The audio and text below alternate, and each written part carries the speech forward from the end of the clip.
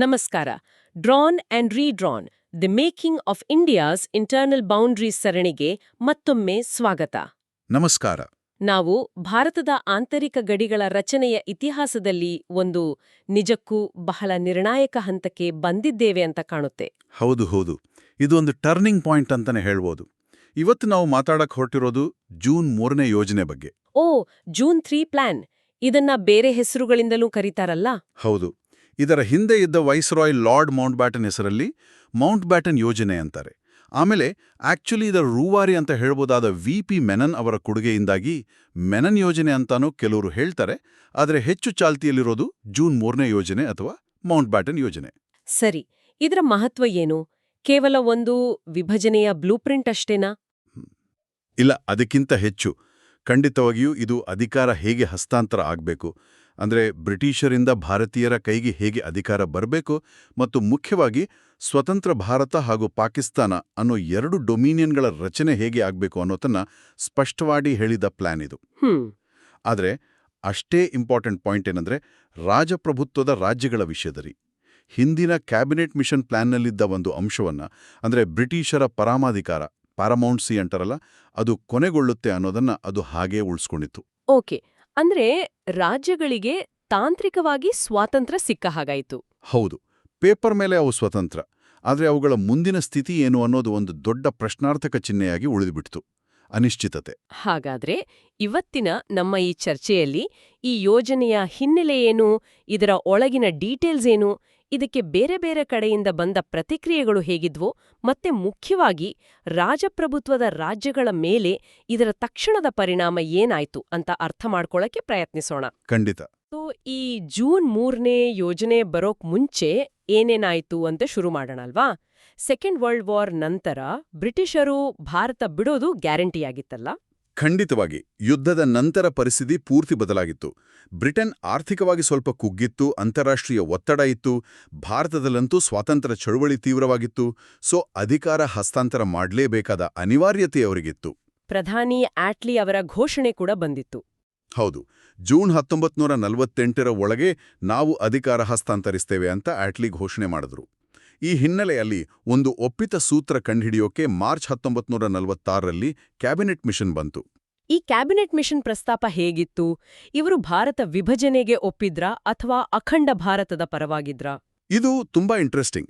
ಯಾಕಂದ್ರೆ cabinet mission actually ಪ್ರತ್ಯೇಕ ಪಾಕಿಸ್ತಾನದ ಬೇಡಿಕೆಯನ್ನ ಸ್ಪಷ್ಟವಾಗಿ ರಿಜೆಕ್ಟ್ ಮಾಡಿತ್ತು. ಹೌದಾ? ಹೌದು. ಬದಲಿಗೆ ಅವರು ಪ್ರಸ್ತಾಪಿಸಿದ್ದು ಒಂದು ಭಾರತೀಯ ಒಕ್ಕೂಟ ಅಥವಾ ಇಂಡಿಯನ್ ಯೂನಿಯನ್. ಇದರಲ್ಲಿ ಬ್ರಿಟಿಷ್ ಇಂಡಿಯಾದ ಪ್ರಾಂತ್ಯಗಳೂ ಇರ್ತವೆ, ರಾಜರ ಆಳ್ವಿಕೆಯ ರಾಜ್ಯಗಳೂ ಇರ್ತವೆ ಅಂತ ಹೇಳಿದರು. ಇದೊಂದು 3 ಹಂತದ ವ್ಯವಸ್ಥೆ. 3 ಹಂತ ಅಂದ್ರೆ?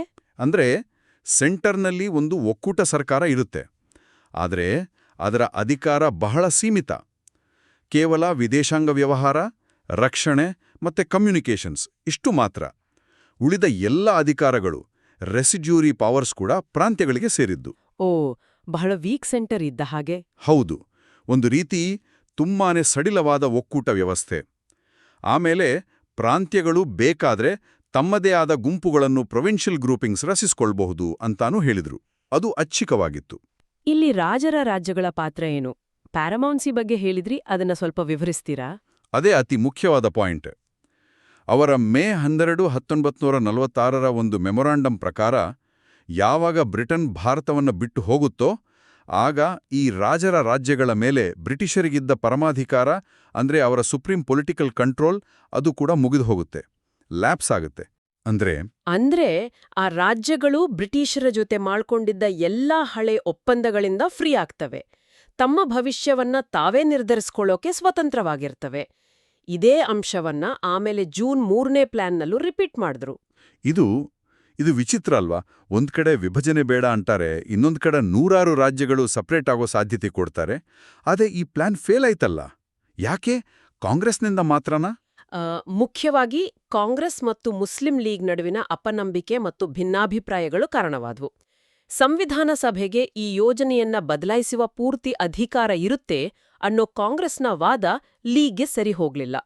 ಪ್ರಾಂತೀಯ ಗುಂಪುಗಳ ವಿಷಯದಲ್ಲೂ ದೊಡ್ಡ ಭಿನ್ನಾಭಿಪ್ರಾಯ ಬಂತು. ಸೊ ಆರಂಭದಲ್ಲಿ ಒಪ್ಪಿದ್ದ ಲೀಗ್ ಆಮೇಲೆ ಹಿಂದೆ ಸರಿದುಬಿಡ್ತು. ಒಟ್ಟಿನಲ್ಲಿ ಒಂದು ಒಮ್ಮತ ಮೂಡ್ಲಿಲ್ಲ. ಈ ರಾಜಕೀಯ ಗೊಂದಲ ನಡೀತಿದ್ದಾಗಲೇ ಮಾರ್ಚ್ 1947ರಲ್ಲಿ ಹೊಸ ವೈಸ್ರಾಯ್ ಬಂದ್ರು, ಲಾರ್ಡ್ ಮೌಂಟ್ ಬ್ಯಾಟನ್. ಅವರ ಅಜೆಂಡಾ ಕ್ಲಿಯರ್ ಆಗಿತ್ತಾ? ಹೌದು. ಆದಷ್ಟು ಬೇಗ, ಅಂದ್ರೆ ಬ್ರಿಟನ್ಗೆ ಒಂದು ಫೇಸ್ ಸೇವಿಂಗ್ ಆಗೋ ಹಾಗೆ ಇಲ್ಲಿಂದ ಹೊರಡಬೇಕು ಅನ್ನೋದು ಅವರ ಮುಖ್ಯ ಗುರಿ. ಆರಂಭದಲ್ಲಂತೂ ಈ ನೂರಾರು ರಾಜರ ರಾಜ್ಯಗಳ ತಲೆನೋವು ಅವರಿಗೆ ಅಷ್ಟಾಗಿ ಬೇಕಿರಲಿಲ್ಲ. ಅದನ್ನ ಸರ್ ಕಾನ್ರಾಡ್ ಕಾರ್ಫೀಲ್ಡ್ ಅಂತ ಇದ್ರು, ಪೊಲಿಟಿಕಲ್ ಡಿಪಾರ್ಟ್ಮೆಂಟ್ನ ಹೆಡ್, ಅವರ ಉಸ್ತುವಾರಿಗೆ ಬಿಟ್ಟಿದ್ರು. ಕಾರ್ಫೀಲ್ಡ್ ಸ್ವಲ್ಪ ರಾಜರ ಪರವಾಗಿದ್ದ ವ್ಯಕ್ತಿ. ಆಗಸ್ಟ್ 15ರ ನಂತರನೂ ರಾಜರ ಸಾರ್ವಭೌಮತ್ವವನ್ನ ಉಳಿಸಬೇಕು ಅಂತ ಪ್ರಯತ್ನ ಪಡ್ತಿದ್ರು. ಕ್ಯಾಬಿನೆಟ್ ಮಿಷನ್ ಫೇಲ್ ಆದ್ಮೇಲೆ ಮೌಂಟ್ ಬ್ಯಾಟನ್ ಒಂದು ಹೊಸ ಐಡಿಯಾ ತಂದ್ರು ಅಂತ ಕೇಳಿದ್ದೆ.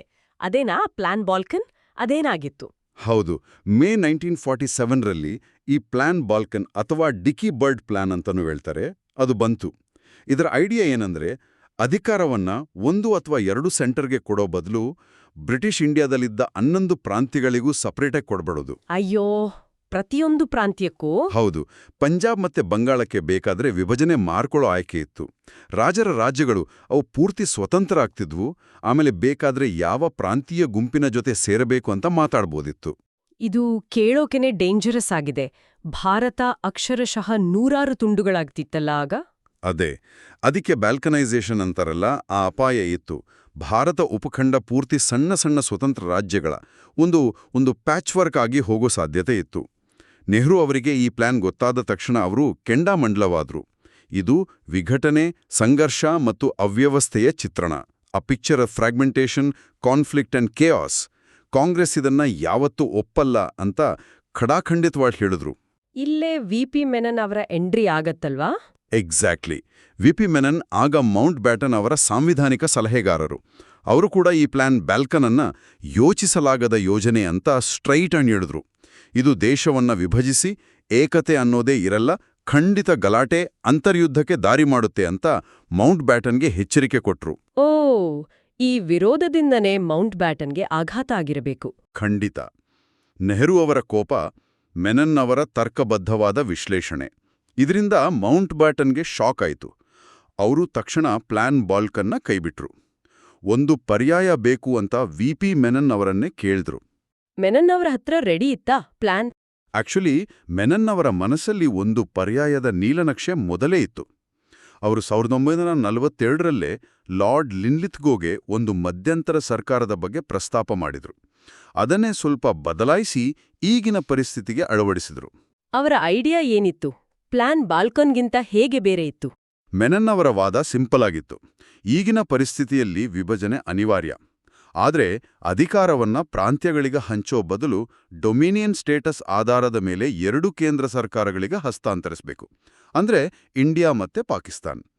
ಇದು ದೇಶವನ್ನ ಪೂರ್ತಿ ಚೂರ್ಚೂರು ಮಾಡೋದನ್ನ ತಪ್ಪಿಸುತ್ತೆ ಅನ್ನೋದು ಅವರ ವಾದ. ಕೆಲವೇ ಗಂಟೆಗಳಲ್ಲಿ ಅವರು ಈ ಹೊಸ ಪ್ಲಾನ್ನ ಡ್ರಾಫ್ಟ್ ರೆಡಿ ಮಾಡಿ ಕೊಟ್ರು. ಅಂದ್ರೆ ಪ್ಲಾನ್ ಬಾಲ್ಕನ್ ದೇಶವನ್ನ ಛಿದ್ರಗೊಳಿಸೋ ಅಪಾಯ ತಂದ್ರೆ, ಮೆನಾನ್ ಪ್ಲಾನ್ ವಿಭಜನೆಯನ್ನ ಒಪ್ಕೊಂಡ್ರು ಕೇವಲ 2 ದೇಶಗಳನ್ನ ಮಾಡಿ ಒಂದು ಮಟ್ಟಿಗೆ ಏಕತೆಯನ್ನ ಉಳಿಸೋ ಪ್ರಯತ್ನ ಮಾಡಿತ್ತು. ನಿಖರವಾಗಿ. ಮೆನಾನ್ ಅವರ ವಾದ, ನೆಹರು ಅವರ ಒಪ್ಪಿಗೆಯಿಂದ ಕನ್ವಿನ್ಸ್ ಆದ ಮೌಂಟ್ ಬ್ಯಾಟನ್ ತಕ್ಷಣ ಈ ಹೊಸ ಪ್ಲಾನ್ ಅನ್ನ ಅಪ್ರೂವಲ್ಗೆ ಲಂಡನ್ಗೆ ತಗೊಂಡು ಹೋದ್ರು. ಅದು ಅಪ್ರೂವ್ ಆಗಿ ವಾಪಸ್ ಬಂತು. ಜೂನ್ 3, 1947ರಂದು ಇದನ್ನ ಅಧಿಕೃತವಾಗಿ ಅನೌನ್ಸ್ ಮಾಡಿದ್ರು. ಇದಕ್ಕೆ ಜೂನ್ 3ನೇ ಯೋಜನೆ ಅಂತ ಹೆಸರು. ಸೊ ಇದು ಮೌಂಟ್ ಬ್ಯಾಟನ್ ಯೋಜನೆ ಅಂತ ಫೇಮಸ್ ಆದ್ರೂ ಇದರ ಹಿಂದಿನ ನಿಜವಾದ ಬ್ರೇನ್ ವಿ.ಪಿ. ಮೆನಾನ್ ಅವರದು. ಹೌದು. ಆದರೆ ಮೆನಾನ್ ಅವರೇ ತಮ್ಮ ಪುಸ್ತಕದಲ್ಲಿ ಬಹಳ ವಿನಯವಾಗಿ ಇದನ್ನ 3rd ಜೂನ್ ಯೋಜನೆ ಅಂತಾನೆ ಕರೀತಾರೆ. ಸರಿ, ಈಗ ಆ ಯೋಜನೆಯಲ್ಲಿ ಏನಿತ್ತು ಅಂತ ಸ್ವಲ್ಪ ಡೀಟೇಲ್ ಆಗಿ ನೋಡೋಣ. ಖಂಡಿತ. ಬ್ರಿಟಿಷ್ ಸರ್ಕಾರದ ಆ ಹೇಳಿಕೆಯಲ್ಲಿ ಮುಖ್ಯ ಅಂಶಗಳೇನಿದ್ದಮೋ? ಮೊದಲಿಗೆ ಪೀಠಿಕೆಯಲ್ಲಿ ಕ್ಯಾಬಿನೆಟ್ ಮಿಷನ್ ಫೇಲ್ ಆಗಿದೆ, ಪಕ್ಷಗಳ ಮಧ್ಯೆ ಒಪ್ಪಂದ ಇಲ್ಲ, ಅದಕ್ಕೆ ಜನರೇ ಇಚ್ಛೆ ತಿಳ್ಕೊಳ್ಳೋಕೆ ಹೊಸ ದಾರಿ ಬೇಕು ಅಂತ ಹೇಳಿದ್ರು. ಮುಸ್ಲಿಂ ಲೀಗು ಸಂವಿಧಾನ ಸಭೆಯಲ್ಲಿ ಭಾಗವಹಿಸದೇ ಇರೋದ್ರಿಂದ ಆ ಸಭೆ ಮಾಡೋ ಸಂವಿಧಾನ ಎಲ್ಲರಿಗೂ ಅನ್ವಯಿಸಲ್ಲ ಅಂತಾನೂ ಕ್ಲಿಯರ್ ಮಾಡಿದ್ರು. ಈಗಿನ ಮುಖ್ಯ ಗುರಿ ಅಧಿಕಾರ ಯಾರಿಗೆ ಕೊಡ್ಬೇಕು ಅಂತ ಡಿಸೈಡ್ ಮಾಡೋದು. ಸರಿ, ಬಂಗಾಳ ಮತ್ತೆ ಪಂಜಾಬ್, ಆ ವಿವಾದಿತ ಪ್ರಾಂತ್ಯಗಳ ಬಗ್ಗೆ ಏನ್ ಡಿಸಿಷನ್ ತಗೊಂಡ್ರು? ಈ 2 ಪ್ರಾಂತ್ಯಗಳ ಅಸೆಂಬ್ಲಿಗಳನ್ನ ಯುರೋಪಿಯನರನ್ನ ಬಿಟ್ಟು 2 ಭಾಗ ಮಾಡಿದ್ರು. ಮುಸ್ಲಿಂ ಮೆಜಾರಿಟಿ ಜಿಲ್ಲೆಗಳ ಪ್ರತಿನಿಧಿಗಳು ಒಂದು ಕಡೆ, ಉಳಿದವರು ಇನ್ನೊಂದು ಕಡೆ. 1941ರ ಸೆನ್ಸಸ್ ಪ್ರಕಾರ ಈ 2 ಭಾಗಗಳು ಸಪರೇಟ್ ಆಗಿ ಮೀಟ್ ಮಾಡಿ ಪ್ರಾಂತ್ಯವನ್ನ ವಿಭಜಿಸಬೇಕಾ ಬೇಡ್ವಾ ಅಂತ ವೋಟ್ ಮಾಡಬೇಕು. ಓಕೆ. ಯಾವುದಾದ್ರೂ ಒಂದು ಭಾಗ ವಿಭಜನೆ ಪರ ವೋಟ್ ಮಾಡಿದ್ರೂ ಸಾಕು, ವಿಭಜನೆ ಆಗುತ್ತೆ.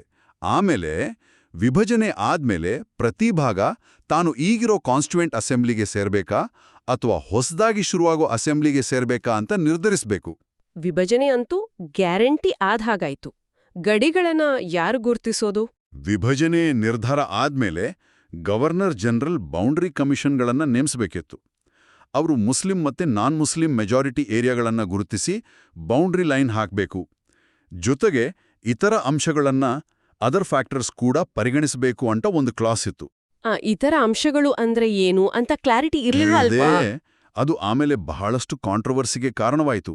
ಬೌಂಡ್ರಿ ಕಮಿಷನ್ ರಿಪೋರ್ಟ್ ಬರೋವರೆಗೂ ಟೆಂಪರರಿ ಬೌಂಡ್ರಿ ಇರುತ್ತೆ ಅಂತ ಹೇಳಿದ್ರು. ಬೇರೆ ಪ್ರಾಂತ್ಯಗಳ ವಿಷಯದಲ್ಲಿ Sindh, NWFP, Sindh assembly vote ಮಾಡಿ ಯಾವ ಅಸೆಂಬ್ಲಿಗೆ ಸೇರ್ಬೇಕು ಅಂತ ಡಿಸೈಡ್ ಮಾಡಬೇಕಿತ್ತು. NWFP ಅಂದ್ರೆ ವಾಯುವ್ಯ ಗಡಿ ಪ್ರಾಂತ್ಯ. ಅಲ್ಲಿ ಒಂದು ರೆಫರೆಂಡಮ್, ಜನಾಭಿಪ್ರಾಯ ಸಂಗ್ರಹಣೆ ಮಾಡಬೇಕು ಅಂತ ಹೇಳಿದ್ರು. ಯಾಕಂದ್ರೆ ಅಲ್ಲಿ ಕಾಂಗ್ರೆಸ್ ಸರ್ಕಾರ ಇತ್ತು, ಆದ್ರೆ ಅದು ಪಾಕಿಸ್ತಾನದ ಮಧ್ಯ ಇರೋ ಪ್ರಾಂತ್ಯ. ಸೊ ಅಲ್ಲಿನ ಜನರೇ ವೋಟ್ ಮಾಡಿ ಡಿಸೈಡ್ ಮಾಡ್ಲಿ ಅಂತ. ಆದ್ರೆ ಇದು ಪಂಜಾಬ್ ವಿಭಜನೆ ಆದ್ರೆ ಮಾತ್ರ. ಬ್ರಿಟಿಷ್ ಬಲೂಚಿಸ್ತಾನ್ ಅಲ್ಲೂ ಇದೇ ರೀತಿ ಯಾವ ಅಸೆಂಬ್ಲಿಗೆ ಸೇರ್ಬೇಕು ಅಂತ ನಿರ್ಧರಿಸೋಕೆ ಒಂದು ವಿಧಾನ ಕಂಡಿಡಿತೀವಿ ಅಂತ ಗವರ್ನರ್ ಜನರಲ್ ಹೇಳಿದ್ರು. ಅಸ್ಸಾಂನ ಸಿಲ್ಹೆಟ್ ಜಿಲ್ಲೆ ಅದೊಂದು ವಿಶೇಷ ಪ್ರಕರಣ ಆಗಿತ್ತಲ್ಲ? ಹೌದು, ಯಾಕಂದ್ರೆ ಅಸ್ಸಾಂ ನಾನ್ ಮುಸ್ಲಿಂ ಮೆಜಾರಿಟಿ ಪ್ರಾಂತ್ಯ. ಆದರೆ ಅದಕ್ಕೆ ಹೊಂದಿಕೊಂಡಿರೋ ಸಿಲೆಟ್ ಡಿಸ್ಟ್ರಿಕ್ಟ್ನಲ್ಲಿ ಮುಸ್ಲಿಂ ಜನಸಂಖ್ಯೆ ಜಾಸ್ತಿ ಇತ್ತು, ಮತ್ತೆ ಅದು ಬಂಗಾಳಕ್ಕೆ ಹತ್ರ ಇತ್ತು. ಸೊ ಬಂಗಾಳ ವಿಭಜನೆ ಆದ್ರೆ ಸಿಲ್ಹೆಟ್ನಲ್ಲಿ ರೆಫರೆಂಡಮ್ ಮಾಡಿ ಅದು ಅಸ್ಸಾಂನಲ್ಲೇ ಉಳಿಬೇಕಾ ಅಥವಾ ಹೊಸ ಪೂರ್ವ ಬಂಗಾಳಕ್ಕೆ ಸೇರ್ಬೇಕಾ ಅಂತ ಡಿಸೈಡ್ ಮಾಡೋಕೆ ಅವಕಾಶ ಕೊಟ್ರು. ಒಂದು ವೇಳೆ ಪೂರ್ವ ಬಂಗಾಳಕ್ಕೆ ಸೇರ್ತೀವಿ ಅಂತ ವೋಟ್ ಬಂದ್ರೆ ಆಗ ಬೌಂಡ್ರಿ ಕಮಿಷನ್ ಸಿಲ್ಹೆಟ್ನ ಮುಸ್ಲಿಂ ಮೆಜಾರಿಟಿ ಏರಿಯಾಗಳನ್ನು ಗುರುತಿಸಿ ಪೂರ್ವ ಬಂಗಾಳಕ್ಕೆ ಸೇರಿಸುತ್ತೆ ಅಂತ ಹೇಳಿದ್ರು. ಅಡ್ಮಿನಿಸ್ಟ್ರೇಟಿವ್ ವಿಷಯಗಳು, ಆಸ್ತಿ ಹಂಚಿಕೆ, ಈ ತರಹದ ವಿಚಾರಗಳ ಬಗ್ಗೆ ಅದನ್ನೂ ಹೇಳಿದ್ರು. ವಿಭಜನೆ ಆದರೆ ಈ ಹೊಸದಾಗಿ ಬರೋ ಸರ್ಕಾರಗಳು ಸಕ್ಸೆಸರ್ ಅಥಾರಿಟೀಸ್ ಅಂತ ಹೇಳಿದ್ರು. ಅವುಗಳು ಒಟ್ಟಿಗೆ ಕೂತು ಮಾತಾಡಿ ಸೆಂಟ್ರಲ್ ಗೌರ್ಮೆಂಟ್ಗೆ ಸಂಬಂಧಪಟ್ಟ ವಿಷಯಗಳು ಅಂದ್ರೆ defence, finance, communications, international agreements ಇವನ್ನೆಲ್ಲ ಹೇಗೆ ಹಂಚಿಕೊಳ್ಳೋದು ಅಂತ ನಿರ್ಧರಿಸಬೇಕು. ಹಾಗೆ ವಿಭಜನೆಯಾಗೋ ಪ್ರಾಂತ್ಯಗಳಲ್ಲಿ ಆಸ್ತಿ, ಸಾಲ, ಪೊಲೀಸು, ಸರ್ಕಾರಿ ನೌಕರರು, ಹೈಕೋರ್ಟ್ಗಳು ಈ ಎಲ್ಲದರ ವಿಭಜನೆ ಬಗ್ಗೆನೂ ಅವರೇ ಡಿಸೈಡ್ ಮಾಡಬೇಕು ಅಂತ. ಈಗ ಆ ಪ್ರಮುಖ ವಿಷಯ ರಾಜಪ್ರಭುತ್ವದ ರಾಜ್ಯಗಳು, ಪ್ಯಾರಾಮೌಂಟ್ಸಿ ಬಗ್ಗೆ ಮತ್ತೊಮ್ಮೆ ಹೇಳಿದ್ರು ಅಂದಲ್ಲ? ಅದೇ ಅತ್ಯಂತ ಕ್ರೂಷಿಯಲ್ ಪಾಯಿಂಟ್. ಈ ಜೂನ್ 3ನೇ ಯೋಜನೆ ರಾಜರ ರಾಜ್ಯಗಳ ವಿಷಯದಲ್ಲಿ ಬ್ರಿಟಿಷ್ ಸರ್ಕಾರದ ಪಾಲಿಸಿ ಚೇಂಜ್ ಆಗಿಲ್ಲ ಅಂತ ಸ್ಪಷ್ಟವಾಗಿ ಹೇಳಿತು. ಅಂದ್ರೆ ಕ್ಯಾಬಿನೆಟ್ ಮಿಷನ್ನ ಮೇ 12, 1946ರ ಮೆಮೊರ್ಯಾಂಡಮ್ನಲ್ಲಿ ಹೇಳಿದ್ದೇ ಫೈನಲ್. ಅಧಿಕಾರ ಹಸ್ತಾಂತರ ಆದ ಕೂಡಲೇ ಆ ರಾಜ್ಯಗಳ ಮೇಲೆ ಬ್ರಿಟಿಷರಿಗಿದ್ದ ಪ್ಯಾರಾಮೌಂಟ್ಸಿ ಮುಗಿದೋಗುತ್ತೆ. ಅಂದ್ರೆ ಮತ್ತೆ ಅದೇ ಪಾಯಿಂಟ್. ಆಗಸ್ಟ್ 15, 1947ಕ್ಕೆ 100 ರಾಜ್ಯಗಳು ಟೆಕ್ನಿಕಲಿ ಇಂಡಿಪೆಂಡೆಂಟ್. ಇದು ಎಷ್ಟು ದೊಡ್ಡ ಗೊಂದಲ ಸೃಷ್ಟಿ ಮಾಡಿರ್ಬೋದು. ಊಹಿಸಲು ಸಾಧ್ಯವಿಲ್ಲದಷ್ಟು ಇದೊಂದು ದೊಡ್ಡ ಪೊಲಿಟಿಕಲ್ ವ್ಯಾಕ್ಯೂಮ್ ಕ್ರಿಯೇಟ್ ಮಾಡಿತು. 100 ರಾಜ್ಯಗಳು, ಚಿಕ್ಕವು ದೊಡ್ಡವು, ಭೌಗೋಳಿಕವಾಗಿ ಇಂಡಿಯಾದ ಒಳಗೆ ಇರೋವು, ಅವು ಇಂಡಿಯಾ ಅಥವಾ ಪಾಕಿಸ್ತಾನ್ಗೆ ಸೇರದೆ ಇಂಡಿಪೆಂಡೆಂಟ್ ಆಗಿರೋದು ಹೇಗೆ ಸಾಧ್ಯ? Practically impossible. ಆದರೆ ಪ್ಲಾನ್ ಪ್ರಕಾರ ಅವು ಸ್ವತಂತ್ರ. ಇದೊಂದು ರೀತಿ ಅತಂತ್ರ ಸ್ಥಿತಿ. ಈ ಪ್ಲಾನ್ನಲ್ಲಿ ಎಲ್ಲವನ್ನೂ ಫಾಸ್ಟ್ ಆಗಿ ಮಾಡಬೇಕು ಅಂತ ಹೇಳಿದ್ರಲ್ಲ? ಹೌದು, ಅದು ಇನ್ನೊಂದು ಮುಖ್ಯ ಅಂಶ. ಎಲ್ಲ ಪ್ರೊಸೀಜರ್ಗಳನ್ನ ಬೇಗ ಬೇಗ ಮುಗಿಸ್ಬೇಕು. ಮತ್ತೆ ಮುಖ್ಯವಾಗಿ ಬ್ರಿಟಿಷ್ ಸರ್ಕಾರ ಅಧಿಕಾರ ಹಸ್ತಾಂತರವನ್ನ ಜೂನ್ 1948ರ ಡೆಡ್ಲೈನ್ಗಿಂತ ಮುಂಚೆ, ಅಂದ್ರೆ ಇದೇ ವರ್ಷವೇ 1947ರಲ್ಲೇ ಡೊಮಿನಿಯನ್ ಸ್ಟೇಟಸ್ ಆಧಾರದ ಮೇಲೆ ಮಾಡಿಬಿಡುತ್ತೆ ಅಂತ ಅನೌನ್ಸ್ ಮಾಡಿದ್ರು. ಇದರಿಂದ ಇಡೀ ಪ್ರೊಸೆಸ್ಗೆ ಒಂದು ಅರ್ಜೆನ್ಸಿ ಬಂತು. ಸರಿ, ಇಷ್ಟು ದೊಡ್ಡ ನಿರ್ಧಾರಗಳಿಗೆ ನಮ್ಮ ನಾಯಕರು, ರಾಜರು ಇವರ ಪ್ರತಿಕ್ರಿಯೆ ಹೇಗಿತ್ತು? ಸರ್ದಾರ್ ಪಟೇಲ್ ಅವರು ತುಂಬಾ ಪ್ರಾಕ್ಟಿಕಲ್. ಅವರು ಇದರ ಲಾಜಿಕ್, ಇದರ ಅನಿವಾರ್ಯತೆಯನ್ನ ಬೇಗ ಅರ್ಥ ಮಾಡ್ಕೊಂಡ್ರು. ಇದನ್ನ ಒಪ್ಪದೆ ಬೇರೆ ದಾರಿಯಿಲ್ಲ ಅಂತ ಅವರಿಗೆ ಗೊತ್ತಿತ್ತು. ನೆಹರು ಅವರು ಕೂಡ ಒಪ್ಕೊಂಡ್ರು. ಇದರಿಂದ ಕ್ಯಾಬಿನೆಟ್ ಮಿಷನ್ ಪ್ಲಾನ್ಗೆ ಒಂದು ವರ್ಕಬಲ್ ಮಾಡಿಫಿಕೇಶನ್ ಅಂತ ನೋಡಿದ್ರು. ಮುಖ್ಯವಾಗಿ ಡೊಮಿನಿಯನ್ ಸ್ಟೇಟಸ್ ಆಧಾರದ ಮೇಲೆ ಬೇಗ ಪವರ್ ಟ್ರಾನ್ಸ್ಫರ್ ಆಗೋದನ್ನ ಅವರು ವೆಲ್ಕಮ್ ಮಾಡಿದ್ರು. ಯಾಕಂದ್ರೆ ಅದರಿಂದ ಅಡ್ಮಿನಿಸ್ಟ್ರೇಷನ್ನಲ್ಲಿ ಕಂಟಿನ್ಯೂಟಿ ಇರುತ್ತೆ, ಸ್ಟೆಬಿಲಿಟಿ ಇರುತ್ತೆ ಅಂತ. ಮುಸ್ಲಿಂ ಲೀಗ್ ಜಿನ್ನಾ ಅವರು ತಾತ್ವಿಕವಾಗಿ ಒಪ್ಪಿಕೊಂಡ್ರು, ಆದರೆ ಪೂರ್ತಿ ಖುಷಿಯಿಂದಲ್ಲ. ಇದು ತಮಗೆ ಸಿಕ್ಕಿತ್ತು ತುಂಡಾದ ಮತ್ತು ಪತಂಗ ತಿಂದ ಪಾಕಿಸ್ತಾನ ಅಂತ ಅವರಿಗೆ ಅಸಮಾಧಾನ ಇತ್ತು. ಕೊನೆಗೆ ಆಲ್ ಇಂಡಿಯಾ ಮುಸ್ಲಿಂ ಲೀಗ್ ಕೌನ್ಸಿಲ್ನಿಂದ ಇದನ್ನ ಒಂದು ಕಾಂಪ್ರಮೈಸ್ ಅಂತ ಒಪ್ಪಿಗೆ ತಗೊಂಡ್ರು. ರಾಜರು ಅವರಿಗೂ ಖುಷಿ ಆಗಿರ್ಲಿಕ್ಕಿಲ್ಲ ಅಲ್ವಾ ಪ್ಯಾರಾಮೌನ್ಸಿ ಹೋಗುತ್ತೆ ಅಂದ್ರೆ? ಖಂಡಿತ ಇಲ್ಲ. ಬಹಳಷ್ಟು ರಾಜರಿಗೆ ಇದು ಇಷ್ಟ ಆಗ್ಲಿಲ್ಲ. ಭೋಪಾಲ್ನ ನವಾಬಿದ್ರಲ್ಲ, ಹಮೀದುಲ್ಲಾ ಖಾನ್, ಅವರಿಗಂತೂ ಬಹಳ ನಿರಾಶೆ, ಕೋಪ ಬಂತು. ಇದು ಬ್ರಿಟಿಷರು ನಮಗೆ ಮಾಡಿದ ದ್ರೋಹ ಅಂತ ಹೇಳಿ ಅವರು ಚೇಂಬರ್ ಆಫ್ ಪ್ರಿನ್ಸಸ್ನ ಚಾನ್ಸಲರ್ಶಿಪ್ಗೆ ರಾಜೀನಾಮೆ ಕೊಟ್ಬಿಟ್ರು. ಇನ್ನೂ ಅನೇಕ ರಾಜರು ಇಂಡಿಯಾ ಅಥವಾ ಪಾಕಿಸ್ತಾನ್ಗೆ ಸೇರೋಕೆ ಹಿಂದೆಟು ಆಗ್ತಿದ್ರು. ತಮ್ಮ ರಾಜ್ಯಗಳಲ್ಲಿ ರೆಸ್ಪಾನ್ಸಿಬಲ್ ಗೌರ್ಮೆಂಟ್ ತರೋಕೂ ರೆಡಿಯೂ ಇರಲಿಲ್ಲ. ಇದು ಅವರ ಬಾರ್ಗೇನಿಂಗ್ ಪೊಸಿಷನ್ ಅನ್ನ ಇನ್ನೂ ವೀಕ್ ಮಾಡ್ತು. ಆದರೆ ಕೆಲವರು ಪ್ರಗತಿಪರ ರಾಜರೂ ಇದ್ರು. ಅವರು ಪರಿಸ್ಥಿತಿ ಅರ್ಥ ಮಾಡಿಕೊಂಡು ಸೇರ್ಪಡೆಗೆ ಮುಂದೆ ಬಂದ್ರು. ವಿ.ಪಿ. ಮೆನನ್ ಅವರ ಕೆಲಸ ಇಲ್ಲಿಗೆ ಮುಗಿಲಿಲ್ಲ. ಇಲ್ಲವೇ ಇಲ್ಲ. ಪ್ಲಾನ್ ಮಾಡೋದು ಒಂದು ಸವಾಲಾಗಿದ್ರೆ ಅದನ್ನ ಇಂಪ್ಲಿಮೆಂಟ್ ಮಾಡೋದು, ಮುಖ್ಯವಾಗಿ ಈ 100 ರಾಜ್ಯಗಳನ್ನ ಭಾರತದ ಜೊತೆ ಸೇರಿಸೋದು, ಅದು ಅದಕ್ಕಿಂತ ದೊಡ್ಡ ಸವಾಲಾಗಿತ್ತು. ಆ ಕೆಲಸದಲ್ಲಿ ಸರ್ದಾರ್ ಪಟೇಲರ ಜೊತೆ ನಿಂತು ವಿ.ಪಿ. ಮೆನನ್ ಅತ್ಯಂತ ಪ್ರಮುಖ ಪಾತ್ರ ವಹಿಸಿದ್ರು. ಅದು ನಮ್ಮ ಮುಂದಿನ ಚರ್ಚೆಯ ವಿಷಯ. ಹಾಗಾದ್ರೆ ಒಟ್ಟಿನಲ್ಲಿ ಹೇಳೋದಾದ್ರೆ ಜೂನ್ 3ನೇ ಯೋಜನೆ ಭಾರತಕ್ಕೆ ಸ್ವಾತಂತ್ರ್ಯ ತಂತು. ಆದ್ರೆ ವಿಭಜನೆಯ ಕಹಿ ಸತ್ಯದೊಂದಿಗೆ ಭಾರತ, ಪಾಕಿಸ್ತಾನ ಅಂತ 2 ಡೊಮಿನಿಯನ್ಗಳು ಹುಟ್ಕೊಂಡ್ವು. ಹೌದು. ಆದರೆ ಅದೇ ಸಮಯದಲ್ಲಿ 100 ರಾಜರ ರಾಜ್ಯಗಳನ್ನ ಒಂದು ಅನಿಶ್ಚಿತ ಸ್ಥಿತಿಯಲ್ಲಿ, ಟೆಕ್ನಿಕಲಿ ಇಂಡಿಪೆಂಡೆಂಟ್ ಆದರೆ ಪ್ರಾಕ್ಟಿಕಲಿ ಅತಂತ್ರ ಸ್ಥಿತಿಯಲ್ಲಿ ಬಿಟ್ಟೋಯ್ತು. ಇಲ್ಲಿ ಗಮನಿಸಬೇಕಾದದ್ದು ಪ್ಲಾನ್ ಬಾಲ್ಕನ್ನಂತಹ ಒಂದು ಕೆಟಾಸ್ಟ್ರಫಿನಿಂದ, ಮೆನನ್ ಅವರ ಮಧ್ಯಪ್ರವೇಶದಿಂದಾಗಿ 2 ರಾಜ್ಯಗಳ ಪರಿಹಾರಕ್ಕೆ ಎಷ್ಟು ಬೇಗ ಶಿಫ್ಟ್ ಆಯ್ತು ಅನ್ನೋದು. ಇದು ಮುಂದಿನ ದಾರಿಯನ್ನ ತೆರೆದ್ರೂ ವಿಭಜನೀಯ ಹಿಂಸೆ ಒಂದು ಕಡೆ ಆದ್ರೆ, ಇನ್ನೊಂದು ಕಡೆ 100 ರಾಜ್ಯಗಳನ್ನ ಪ್ಯಾರಮೌನ್ಸಿ ಹೋದ ಮೇಲೆ ಟೆಕ್ನಿಕಲಿ ಸ್ವತಂತ್ರವಾದ ರಾಜ್ಯಗಳನ್ನ ಭಾರತದ ಒಕ್ಕೂಟಕ್ಕೆ ಸೇರಿಸ್ಕೊಳ್ಳೋ ಒಂದು ಹರ್ಕ್ಯುಲಿಯನ್ ಟಾಸ್ಕ್ಗೆ ವೇದಿಕೆ ಸಿದ್ಧವಾಯಿತು ಅನ್ನೋದು ಸ್ಪಷ್ಟ. ಹೌದು. ಇಲ್ಲಿ ಒಂದು ಕೊನೆಯ ಪ್ರಶ್ನೆ ಉಳಿಯುತ್ತೆ. ಒಂದು ವೇಳೆ ಭೋಪಾಲ್ ನವಾಬರ ಹಾಗೆ ಕೆಲವರು ಆಲೋಚಿಸಿದಂತೆ ಈ ರಾಜ್ಯಗಳೆಲ್ಲ ಒಟ್ಟಾಗಿ ಒಂದು 3ನೇ ಶಕ್ತಿ, ಥರ್ಡ್ ಫೋರ್ಸ್ ಆಗಿ ನಿಲ್ಲೋಕೆ ಪ್ರಯತ್ನ ಪಟ್ಟಿದ್ರೆ, ಅಥವಾ ಆ ಪ್ರಯತ್ನಕ್ಕೆ ಬ್ರಿಟಿಷರು ಸ್ವಲ್ಪವಾದರೂ ಸಪೋರ್ಟ್ ಕೊಟ್ಟಿದ್ರೆ ಏನಾಗ್ತಿತ್ತು? ಇವತ್ತಿನ ಭಾರತದ ಚಿತ್ರಣ ಹೇಗಿರ್ತಿತ್ತು? ಖಂಡಿತ ಆಲೋಚನೆ ಮಾಡಬೇಕಾದ ವಿಷಯ. ಈ ಆಳವಾದ ವಿಶ್ಲೇಷಣೆಗಾಗಿ ಧನ್ಯವಾದಗಳು. ಡ್ರಾನ್ ಅಂಡ್ ರೀಡ್ರಾನ್ ಸರಣಿಯ ಮುಂದಿನ ಚರ್ಚೆಯಲ್ಲಿ ಈ ರಾಜ್ಯಗಳ ಏಕೀಕರಣದ ರೋಚಕ ಮತ್ತು ಸವಾಲಿನ ಕಥೆಯನ್ನು ನೋಡೋಣ.